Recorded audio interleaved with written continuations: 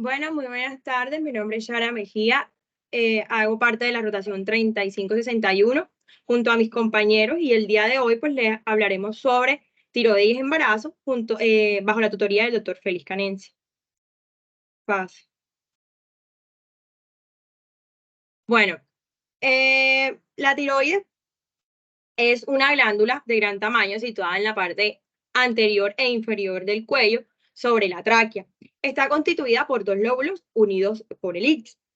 El tejido glandular está constituido por vesículas de formas irregulares llamadas folículos. En su interior pues, se encuentra una masa homogénea llamada coloide, donde se encuentran pues, las hormonas tiroideas. Sus células presentan un alto grado de diferenciación funcional y son capaces pues, de concentrar el yodo en contra pues, de los gradientes de concentración e incorporarlos a una proteína específica denominada tiroglobulina. También pues encontramos otro tipo de células que son las células C o parafoliculares que secretan calcitonina. Esta es una hormona polipéptida con acción sobre el metabolismo fosfocálcico. Por lo tanto, pues la tiroides es una glándula formada por dos tipos de células, foliculares que secretan hormonas tiroideas y parafoliculares que secretan calcitonina. Fácil. Bueno, la síntesis de las hormonas tiroideas, pues el yodo es esencial para la formación de las hormonas tiroideas. El 90% se absorbe en el intestino delgado en forma pues, de yoduro y pasa a la circulación. En la tiroides entra en contra del gradiente mediante transporte activo de cotransporte sodio-yoduro localizado en las membranas basales de las células. Este mecanismo requiere energía, por ello pues se encuentra vinculado pues a la ATPasa de sodio-potasio de la membrana plasmática. Una vez que el yoduro entra dentro de la tiroides, es transportado a la membrana apical de las células foliculares, donde se oxida con la participación de la tiroxiperoxidasa y el peróxido de oxígeno. Esta reacción forma un átomo de yodo reactivo y este átomo se incorpora a determinados residuos tirosilo de la tiroglobulina. Luego, las yodotirosinas se acoplan mediante enlace éter, formándose pues T4 y T3, que son las pues, hormonas tiroideas. Las monoyodotironina y la diyodotironina son acopladas y se desyodan por acción enzimática para así pues, reciclar el yoduro. La tiroides secreta 20 veces más pues, T4 que T3, aunque pues esta última, la hormona tiroidea, es más activa. Ambas hormonas circulan unidas a las proteínas plasmáticas como la globulina fijadora de toxina y la prealbúmina y la albúmina.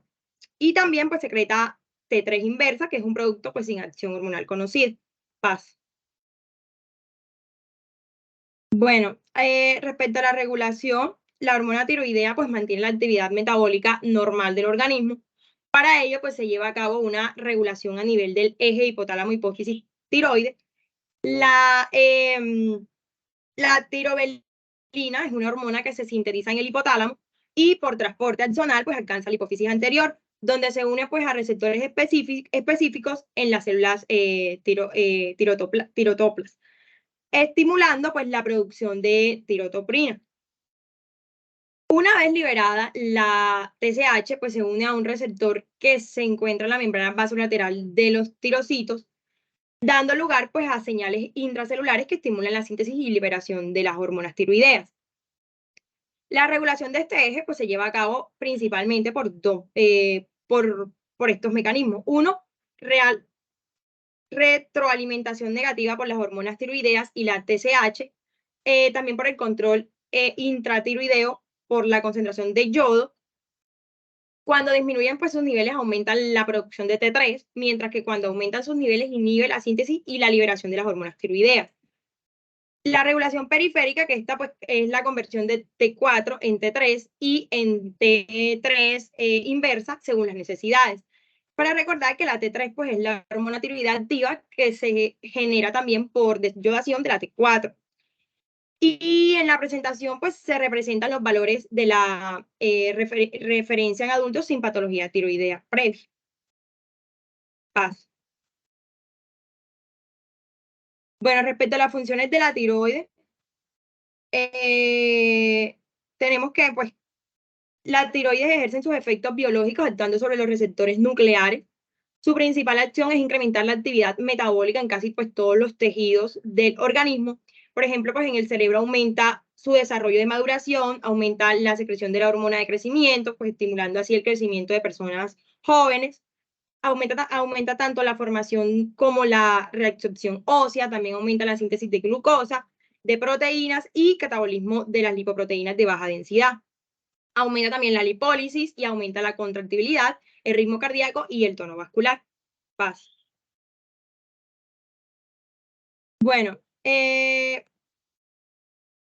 durante la gestación pues se producen cambios fisiológicos que se ven reflejados en los resultados de las pruebas de función tiroidea, de forma que pues si no se tienen en cuenta, estas podrían valorarse como alteradas. Estos cambios pues los podemos ver aquí en la gráfica.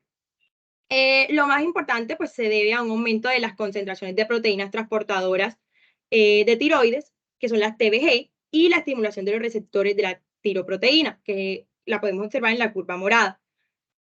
Las concentraciones de TBG pues se duplican, se aumenta su producción y disminuye su aclaramiento. Esto lo podemos observar en la curva azul.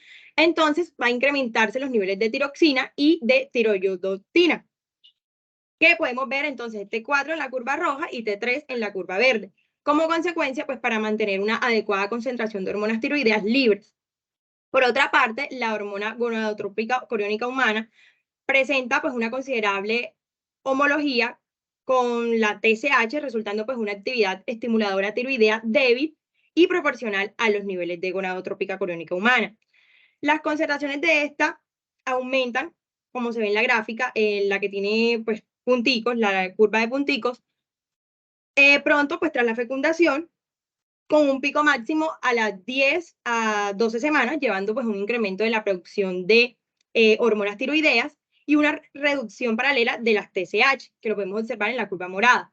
De forma que pues en primer trimestre de gestación la TSH pues pueda ser aparentemente baja, hasta un 10 a 20% de las gestantes sanas. Simulando pues transitoriamente un hipertiroidismo subclínico que puede ser considerado un hallazgo fisiológico. En el segundo trimestre de gestación, pues la secreción de esta hormona y la concentración de las hormonas tiroideas libres disminuyen y la TSH pues se normaliza.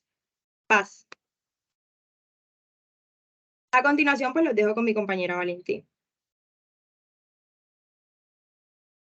Bueno, continuando con la tiroides en el embarazo, aquí cabe recalcar que durante el embarazo la tiroides materna necesita incrementar su producción de T4. Y esto se debe a varios factores. Primero, pues una reducción transitoria en los niveles de T4, pues debido al precoz aumento de los niveles de globulina fijadora de tiroxina. Segundo, pues también se debe a la pérdida de T4 por su pasaje y degradación placentaria. Y por último, también por una menor disponibilidad de yoduro para la síntesis debido al aumento de la FG del mismo. También pues, se han identificado al menos 3 estimulantes tiroideos durante el embarazo, que son la TSH, HCG y HCT, que es la tirotrofina coriónica. Esta última en general se encuentra a niveles muy bajos, por lo que se considera que no influye en el control de la función tiroidea durante el embarazo. Pasa, por favor. Bueno, aquí cabe recalcar que los altos niveles de estrógeno durante el embarazo inducen a un aumento en la concentración sérica de la globulina fijadora de tiroxina, lo cual se debe a una mayor síntesis pues, hepática y a una menor degradación periférica, producto pues, de esos cambios en su contenido de ácido ciálico. Entonces aquí también cabe recalcar que los niveles de la globulina fijadora de toxina comienza a elevarse tempranamente a partir del día 20 y alcanza pues su máximo entre la semana 20 y 24 de gestación, manteniéndose constante hasta pues finales del embarazo y volviendo a niveles normales al cabo de 6 semanas posparto. los niveles de prealbúmina no se ven modificados, mientras que los de albúmina pueden descender relativamente debido al aumento de la bulimia. Aquí, pues, lo más importante se debe, pues, a un aumento en las concentraciones de proteínas transportadoras de hormonas tiroideas y la estimulación del receptor de TSH por la gonadotropina coriónica humana.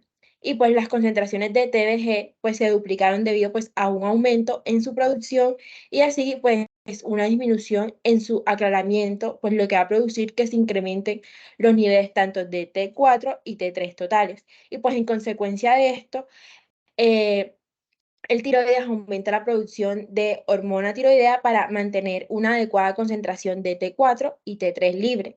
Y pues estos niveles de hormona tiroideas totales se incrementan pues paralelamente al incremento de los niveles de esa globulina fijadora de tiroxina. Por ello, esas hormonas tiroideas totales no son de utilidad para el diagnóstico del hipertiroidismo durante el embarazo. Pasa, por favor. Bueno, por otra parte, se presenta una considerable homología con la TSH y este resultado se va a deber a una actividad estimuladora tiroidea débil. Además, también hay una consideración homóloga entre los receptores de TSH y LH y la potencia tiroestimulante de la HCG es mucho menor que la de TSH, estimulando que un miliunidades internacionales por litro de TSH equivale a 40 miliunidades por litro de HCG y pues estas concentraciones pues van a aumentar pronto tras la fecundación con un pico máximo de 10 a 12 semanas, pues llevando un incremento en la producción de hormona tiroidea y una reducción paralela de TSH. De forma que en el primer trimestre de gestación, pues esa TSH puede ser aparentemente baja, simulando de manera transitoria un hipertiroidismo subclínico y en el segundo trimestre de gestación la secreción de hormona coriónica humana y pues las concentraciones de hormona tiroideas libres disminuyendo, volviéndose esa TSH a valores normales. Pues en base a lo que pues ya se ha mencionado, se puede postular que el pico de esta hormona origina un aumento en la producción de hormonas tiroideas durante el primer trimestre con T4 en el límite superior, lo cual lo va a retroalimentar negativamente y va a determinar pues la caída transitoria en los niveles de TSH. Pasa, por favor. Bueno. Aquí cabe recalcar que el eje hipotálamo-hipófisis tiroideo presenta modificaciones en mujeres normales durante el embarazo. Si bien la fisiología tiroidea materna o fetal es diferente, ambos sistemas pues interactúan a través de la placenta y del líquido amniótico, lo cual va a permitir pues esa transferencia de yodo y de la hormona tiroidea de la madre al feto y el pasaje pues transplacentario de tiroxina, o sea, la T4. Y particularmente, pues durante el primer trimestre del embarazo adquiere pues importancia para el desarrollo neurológico fetal y el adecuado coeficiente inteligente del niño, especialmente en áreas yodo deficientes.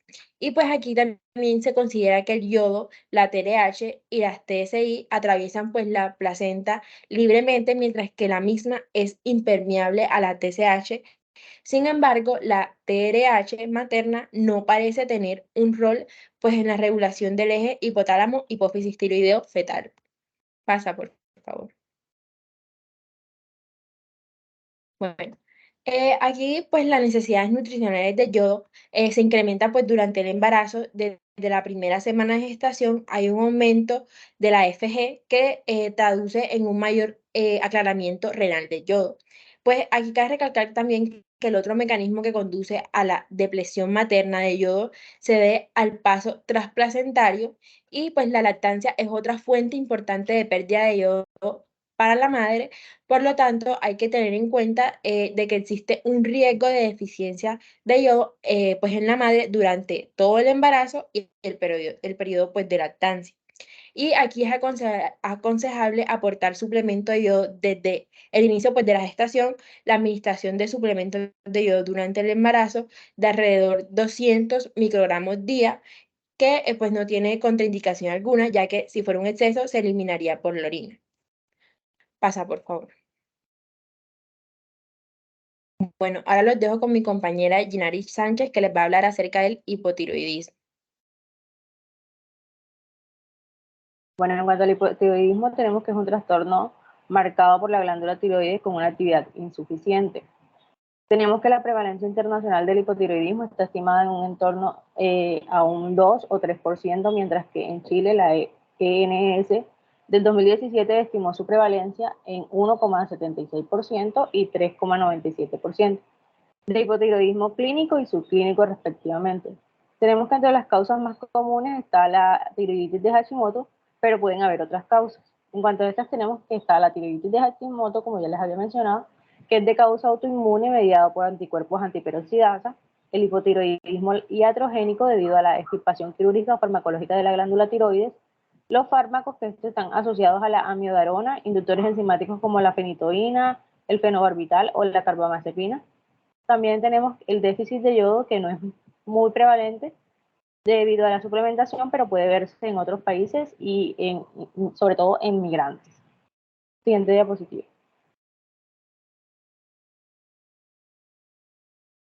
Bueno, en cuanto a los signos y síntomas, tenemos que suelen presentarse con síntomas y signos poco específicos e inconstantes, tales como fatiga, constipación, intolerancia al frío, espasmos musculares, ganancia de peso, que puede ser difícil de objetivar en el paciente gestante.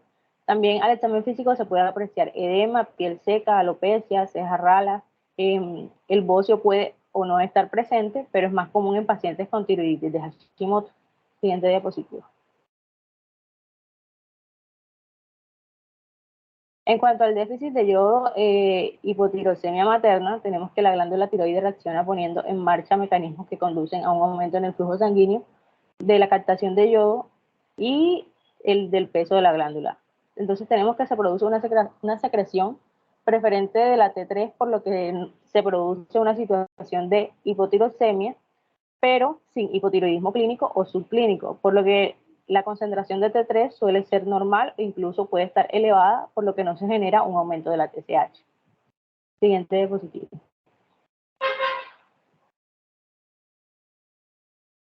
Bueno, en cuanto al hipotiroidismo, tenemos que las concentraciones de TSH están por encima del valor de referencia y una concentración de T4 libre está baja.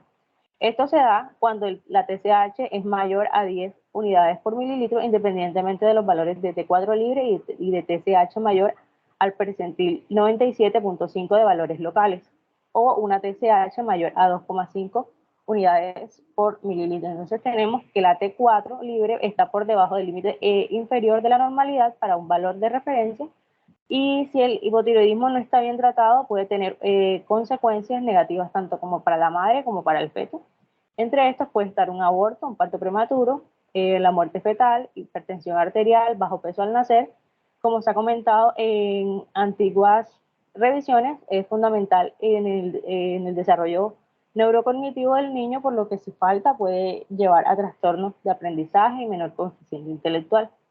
También tenemos que la tiroides fetal es capaz de secretar TSH alrededor de la semana 12 de gestación, sin embargo, no produce la cantidad suficiente hasta después de la semana 20 y su producción solo es adecuada a las 36 semanas. Entonces tenemos que esto hace que durante la mitad del embarazo, especialmente en el primer trimestre, el feto va a depender exclusivamente del aporte de tiroides hecho por la madre.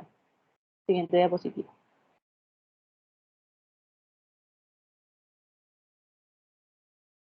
Bueno, en cuanto al diagnóstico, tenemos que si el hipotiroidismo es diagnosticado antes de la gestación y en tratamiento con levotiroxina, se recomienda planificar el embarazo para mantener una TSH menor a 2,5. Al confirmar la gestación, tenemos que aumentar la dosis de tiroxina y realizar controles de TSH y T4 para ajustar las dosis durante las 20 primeras semanas, y realizar en el segundo trimestre los anticuerpos TRAP si es con hipotiroidismo iatrogénico tras un tratamiento definitivo de un hipertiroidismo previo en pacientes que son diagnosticadas durante la gestación como hipotiroidea. Lo ideal es comenzar un tratamiento inmediato con dosis de levotiroxina suficiente para llegar a una TSH menor de 2,5 en el primer y en el segundo trimestre y menor a 3 en el tercer trimestre. Siguiente diapositiva. Bueno, en cuanto al ajuste de las dosis, mi compañera Daniela les va a profundizar más en este tema. Bueno, como le decía mi compañera, aquí el inicio de la levotiroxina por niveles de TH basal. Inicialmente, si vamos a tener un valor mayor o igual a 4 milunidades internacionales por litro y menor a 10 milunidades internacionales por litro. Aquí la dosis de levotiroxina va a ser de 20 a 50 microgramos día, de 25 a 50. Cuando tenemos una TSH inicial mayor o igual a 10 mil unidades internacionales por litro y menor a 20 mil unidades internacionales por mililitro, vamos a administrarle 50 a 100 microgramos día. Si ya tenemos un valor mayor a 20, va a ser pues 1.6 microgramos día. Siguiente, por favor. Bueno, entonces, para empezar a hablar del hipotiroidismo subclínico, este se va a caracterizar porque va a tener pues una TSH por encima del valor de referencia y van a tener pues las concentraciones de T4 normales. Este hipotiroidismo subclínico va a ser una TSH mayor a P97.5 y para valores propios y menor a 10 con una T4 normal. Entonces aquí el tratamiento únicamente va a ser en casos de que tengamos anticuerpos antipro positivos y se ha descrito que el tratamiento pues para este no ha desarrollado efectos neurológicos en los niños, pero sí puede dar paso pues a que haya abortos y partos prematuros. Si este hipotiroidismo subclínico y los anticuerpos antipro son negativos, pues no va a haber evidencia suficiente pues para administrarle tratamiento a nuestra paciente. Y lo que se va a hacer es iniciar si la TSH va a ser mayor a 4 y se le debe hacer el seguimiento a nuestra paciente cada 4 semanas hasta la semana 20. Siguiente, por favor. Entonces, aquí siguiendo hablando del hipotiroidismo, aquí es cuando vamos a presentar las concentraciones de TSH bajas y las concentraciones de T4 altas, como lo mencioné anteriormente. Entonces, aquí vamos a tener las manifestaciones como es la enfermedad de Graves, que es la más frecuente, y se suman pues las causas del embarazo que son dadas por el aumento de la hormona gonadotrópica coriónica humana. Y esta puede dar lugar a la tirotoxicosis estacional, pero esta va a ser transitoria. Entonces aquí tenemos que llevar a cabo pues un diagnóstico diferencial, dado que estas van a tener pues un tratamiento y un pronóstico diferente. Siguiente, por favor. En cuanto a las manifestaciones clínicas, vamos a tener signos y síntomas del hipertiroidismo, va a ser independiente de la causa.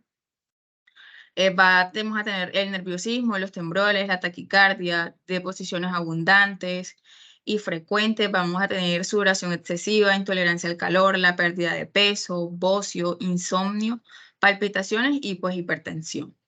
Siguiente, por favor. Ya aquí profundizando más sobre el hipertiroidismo, aquí la clínica está ausente o puede ser leve y además mejora a partir de las 12 a las 14 semanas de gestación. Y esto pues va a coincidir con la disminución de los niveles de la hormona gonadotrópica coriónica humana. Entonces, suele existir bocio, no suele existir el bocio ni la oftalmopatía tiroidea. Y aquí van a ser negativos los resultados. Entonces, este cuadro de hipertiroidismo transitorio va a ser por la elevación de la hormona entre la semana 4 a la 10. Y en la mayoría de los casos, las pacientes son asintomáticas y no van a requerir pues tratamiento, dado que este va a ser transitorio, pues va a ser un hallazgo fisiológico normal. Y a medida que avanza, pues nuestra paciente embarazada, estas concentraciones van a disminuir y la TSH va a aumentar ligeramente o se va a normalizar. Siguiente, por favor. Bueno, aquí mi compañero Carlos Colorado continuará hablando sobre la tormenta tiroidea. Bueno, en la tormenta tiroidea tenemos pues una triada principal que es alteración del sistema nervioso central, taquicardia y fiebre súbita. Tenemos que pues la tormenta tiroidea y la falla cardíaca por tirotoxicosis van a ser pues condiciones agudas y potencialmente mortales para el embarazo, ya sea tanto complicaciones para la madre como para el feto. pero sabemos que estas son poco frecuentes y estas conllevan a una elevada mortalidad. Tenemos también que se caracteriza por un cuadro hipermetabólico pues, debido a un exceso significativo de hormonas tiroideas. Entonces, en el contexto de una tirotoxicosis o de un hipertiroidismo subclínico, como explicó mi compañera, se va a asociar pues, a síntomas de descompensación sistemática y se manifiesta con fiebre, taquicardia, arritmias y difusión del sistema nervioso central. Y esta es la famosa triada. En esta escala de Burch tenemos que para el diagnóstico de tormenta tiroidea pues hay diferentes parámetros y diferentes puntuaciones. Entonces, el primer parámetro es la temperatura, que pues dependiendo de la temperatura que cursa nuestra paciente, pues les vamos a dar unos puntajes. También la taquicardia va a tener algunos puntajes, fibrilación auricular si está presente o ausente, insuficiencia cardíaca congestiva si está presente, ausente, moderada o severa, también tiene unos puntos. Disfunción gastrointestinal hepática también va a tener unos puntos. Alteraciones del sistema nervioso central y eventos precipitantes. Entonces, si el puntaje da mayor o igual a 45, es una tormenta tiroidea. Si está entre 25 y 44, es una tormenta tiroidea inminente, o sea que sí va a dar una tormenta tiroidea. Y si está menor a 25, es una tormenta tiroidea, pues poco probable. Entonces, el diagnóstico se efectúa clínicamente y se comprueba pues mediante la TSH, T4 libre y la T3 total. Aún así, pues la terapia no debe ser retrasada pues debido a los resultados que arrojan estas, porque las complicaciones pues son muy graves como la insuficiencia cardíaca y la hipertensión pulmonar. En el manejo de la tormenta tiroidea tenemos que como primeros son los inhibidores de la secreción de las hormonas tiroideas, que pues para esto se ocupa el propiouracilo, que el mecanismo de acción es inhibir la conversión periférica de T3 a T4. Entonces aquí le vamos a dar a nuestro paciente una dosis de carga inicial de 1000 miligramos vía oral y luego dosis de mantenimiento de 200 miligramos vía oral cada 6 horas. O también se le puede dar metimazol, que el mecanismo de acción es estos van a actuar bloqueando la síntesis de hormonas tiroideas T3 y T4, interfiriendo en la incorporación del yodo en los residuos de tirosil de la tiroglobulina. Entonces, las dosis que les vamos a dar a estos pacientes son de 60 a 80 miligramos día, o sea, una vez al día. Como segundo, tenemos la administración del yodo posterior al propiouracilo. Entonces, les vamos a dar yoduro de sodio de 500 a 1000 miligramos endovenoso cada 8 horas. También se le va a suministrar yoduro de potasio 5 gotas vía oral cada 8 horas y solución de Lugol 10 gotas vía oral cada 8 horas. Como tercero, también hay que darle a nuestro paciente que curse con tormenta tiroidea un bloqueador de la conversión periférica de T4 a T3. Como primero tenemos la dexametasona, que el mecanismo de acción es inhibir la síntesis de las prostaglandinas y leucotrienos y sustancias que median procesos vasculares y celulares de la inflamación. Y entonces le vamos a dar 2 miligramos de dexametasona intravenoso cada 6 horas por 2 dosis. O también le podemos dar hidrocortisona 100 miligramos endovenoso cada 8 horas por 3 días. Como cuarto, también hay que controlar la taquicardia. Entonces aquí, pues por medio del beta-bloqueo con beneficios demostrados, tenemos el propranolol, que le podemos dar de 20 a 80 miligramos cada 4 a 6 horas, y otras opciones son el labetalol y el esmololol. En la enfermedad de Graves, pues tenemos que esta afecta del 0,1 al 0,2% de los embarazos y aumenta el riesgo de resultados adversos tanto para la madre y para el feto. Entonces, una persona con una enfermedad de Graves, el sistema inmunitario pues va a crear anticuerpos que hacen que las tiroides pues desarrollen más hormonas tiroideas que las del cuerpo necesita. Entonces, la enfermedad de Graves suele generar, como dijo mi compañera, hipertiroidismo. Entonces, esto va a tener una clínica que pues va a tener algunos hallazgos distintivos de esta enfermedad, que va a incluir la oftalmopatía por retracción y la palpebral. Tenemos que también la dermopatía, pues incluyendo el mixedema pretibial, y adicionalmente el embarazo, pues el aumento de la T4 libre, pues sin adecuado tratamiento va a facilitar la aparición de preeclampsia con criterios de severidad. También que nuestra paciente curse con difusión cardíaca materna e incluso que lleve esto pues a una tormenta tiroidea, causando pues serios problemas tanto para la madre y para el feto. Bueno, ahora los dejo con mi compañero Jesús Martelo, que él va a seguir hablando sobre el hipertiroidismo. Muy buenas tardes. A continuación, el diagnóstico acerca del hipertiroidismo. Pues este se hace por la clínica y la exploración física, que haya presencia de bocio, oftalmopatía tiroidea, signos de hipertiroidismo, analítica concordante con TSH suprimida, T4 y T3 libres elevadas. La positividad del TRAP confirma también el diagnóstico de la enfermedad de Graves y puede tener consecuencias graves en la enfermedad y en el feto, como parto prematuro, aborto, recién nacido bajo peso, hipertensión arterial, insuficiencia cardíaca, hipertiroidismo neonatal y lo que ya mencionaban, las tormentas tiroideas. El curso de la enfermedad de Graves en el embarazo es variable. Este puede estar presente, puede presentar una exacerbación en el primer trimestre por el aumento de la gonotropina coriónica humana, que suma a la acción de los anticuerpos antirreceptor de TSH, y posteriormente tiende a remitir un estado de tolerancia inmunológica que se agrava en el posparto. Y la terapia tiene como objetivo es evitar las complicaciones materno-fetales, y lo que se logra con una T4 libre en rango normal alta, aunque la TSH esté suprimida, ya que en la embarazada tanto la TSH como los anticuerpos antirreceptor de esta misma y el tratamiento pueden cruzar la placenta y pueden causar hiper o hipotiroidismo fetal. Continúa, por favor. Ok. Bueno, si el diagnóstico antes de la gestación, hay que evitar el embarazo hasta que la enfermedad se estabilice. Después del tratamiento con yodo radioactivo, demorar 6 meses, vigilar la función tiroidea estrechamente durante la gestación. En mujeres con tratamiento antitiroideo, si la T4 libre era normal, se puede retirar tratamiento y si esta está elevada, tratamiento con propiltiuracilo. El momento óptimo para el embarazo es en torno a la normalización de estos niveles, sin un límite de tiempo. Es por esto que en toda mujer con diagnóstico de enfermedad de Graves se recomienda el uso de anticoncepción hasta el control de la enfermedad. Sigue, por favor.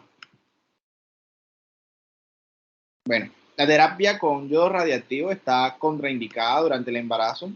No provoca daño en la tiroides fetal si es antes de la semana 12, pero si es posterior a ello produce hipotiroidismo fetal y daño neurológico como consecuencia. El propiltiuracilo está indicado generalmente en el primer trimestre del embarazo, se ha asociado a hepatotoxicidad con elevación de las transaminasas, especialmente en la segunda mitad del embarazo, por lo que se recomienda la transición a metimazol después del primer trimestre.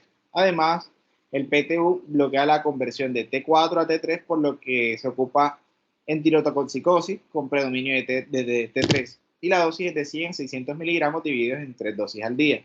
Y por último, el metimazol, que generalmente se ocupa después del primer trimestre de embarazo, dado que se ha asociado a embriopatía, particularmente a atresia de Coana o de esófago. Posterior al primer trimestre, se considera un medicamento más seguro de usar en el embarazo con menor riesgo de hepatotoxicidad y las dosis son de 5 a 30 miligramos divididos en 2 dosis al día. Siguiente, por favor.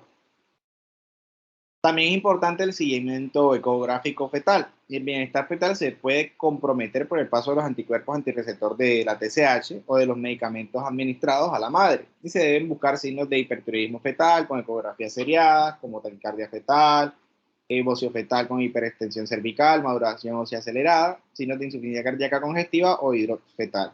Sigue, por favor. Bueno, se define como la tiroides por parto, se define como la disfunción tiroidea de hasta 12 meses posteriores al parto, que puede incluir hipo o hipertiroidismo clínico o subclínico. Generalmente se debe a un proceso autoinmune que puede afectar entre un 5 a 10% de las pacientes puerperias hasta un año posterior al parto, y que este supone que ocurre como un periodo de rebote de la inmunidad, ya que pues, durante la gestación esta está suprimida. Y el tratamiento pues va a depender de la sintomatología y se debe controlar con TSH cada 2 meses durante el primer año postparto o la clínica de sugerencia de hipotiroidismo. Sigue, por favor. A continuación, mi compañera Nicole Martínez les va a estar hablando acerca de las fases de tiroiditis postparto. Bueno, en cuanto a las fases de tiroides postpartos, tenemos que, bueno, aquí generalmente se va a plantear que esta va a tener dos fases distinguibles, que puede suceder una seguida de la otra. En la primera fase tenemos que esta se puede producir un hipertiroidismo clínico o tirotoxicosis que va a ser secundario a la destrucción mediada por los anticuerpos contra la glándula tiroides, que este va a liberar las hormonas pues almacenadas. Aquí la mayoría de las veces son síntomas son de inicio súbito, con un examen físico muchas veces poco alterado, aunque algunas veces se puede encontrar bocio. Suele durar unos pocos meses y el manejo es habitualmente expectante. Entonces, en caso de síntomas severos con repercusión, pueden ser debido a arritmias y se está indicado el uso de betabloqueadores. Siguiente. La segunda fase se produce un hipotiroidismo clínico que suele ocurrir entre los 4 y 8 meses posparto. Y aquí los síntomas van a ser usualmente fatiga, constipación y depresión. Esto usualmente se puede confundir con depresión posparto y frente a esta situación, pues se debe mandar, es útil mandar un diagnóstico y solicitar una TSH. Siguiente. Bueno, en cuanto a los nódulos tiroideos y cáncer diferenciado de la tiroides, tenemos que aquí se debe evaluar mediante la historia clínica, el examen físico, TSH y ecografía de tiroides. Si el nódulo es de bajo riesgo, se puede posponer la punción hasta después del parto. Pero igual hay que hacer un seguimiento en la evolución del nódulo mediante el ultrasonido. Y si crece más de un 50% o aparecen adenopatías asociadas que van a ser sospechosas, habrá que hacer antes pues, la biopsia. En el caso de que haya que hacer cirugía durante el embarazo, se esperará al segundo trimestre de embarazo, ya que es cuando hay menores posibilidades de complicaciones materno-fetales. Aquí, para utilizar la terapia con yodo radioactivo, habrá que esperar ya hasta después del parto. Siguiente. Bueno, en cuanto al cribado de enfermedad tiroidea durante el embarazo, pues primero hay que saber en qué consiste. Aquí lo que se va a hacer es solicitar una TSH en la primera visita antes de la semana 9. Si la TSH está por encima de 2.5 unidades internacionales por mililitros o percentil 97, aquí se determina una T4 libre y una antiperoxidasa tiroidea. Entonces, tenemos que la Sociedad de Endocrinología y la ATA recomiendan como los valores de TSH en el primer trimestre de 0,1 a 2,5 unidades internacionales por mililitro. En el segundo trimestre recomiendan de 0,2 a 3,0 unidades internacionales por mililitro. Y en el tercer trimestre recomiendan de 0,3 a 3 unidades internacionales por mililitro. Entonces, el cribado consistirá en solicitar una prueba de TSH en la primera visita de gestación. Aquí lo que en la tiroiditis postparto pues se recomienda el cribado selectivo no universal. Si se hace el cribado, si la enfermedad autoinmune premia antecedentes personales de tiroiditis postparto, la antiperoxidasa tiroidea, salen positivos pregestacionales o en el primer trimestre, mujeres con depresión de posparto o sintomatología sugestiva de disfunción tiroidea, se determinará la TSH y la T4 libre a los 3 hasta 6 meses. Siguiente. Bueno, en cuanto a las conclusiones, pues ya después de estudiar las diferentes disfunciones tiroideas que podemos encontrar durante la gestación, bueno, las ideas más importantes que nos podemos llevar son la variación de las diferentes hormonas a lo largo del embarazo, el pico de la hormona coriónica humana que va a provocar pues la caída de la TSH, pudiendo inhibirla por completo, y además pues también las concentraciones de globulina fijadora de tiroxina que se van a ver aumentadas y se van a observar cambios en las hormonas tiroideas tanto T3 y T4 libre. La importancia de la adecuada concentración de T4 libre para el desarrollo neurocognitivo y normal del feto, y hay que tener en cuenta pues el paso transplacentario tanto de la T4 libre como de otras hormonas. Además también de los fármacos que se utilizan en el caso del hipertiroidismo materno. Y por último, pues la necesidad de implementar algún algoritmo para llevar a cabo un cribado general de la población gestante en la primera visita en torno a la 9ª semana de gestación, para así pues evitar futuras complicaciones tanto de la madre como el feto. Siguiente. Muchas gracias a los presentes y al doctor Félix Canencia por su tutoría.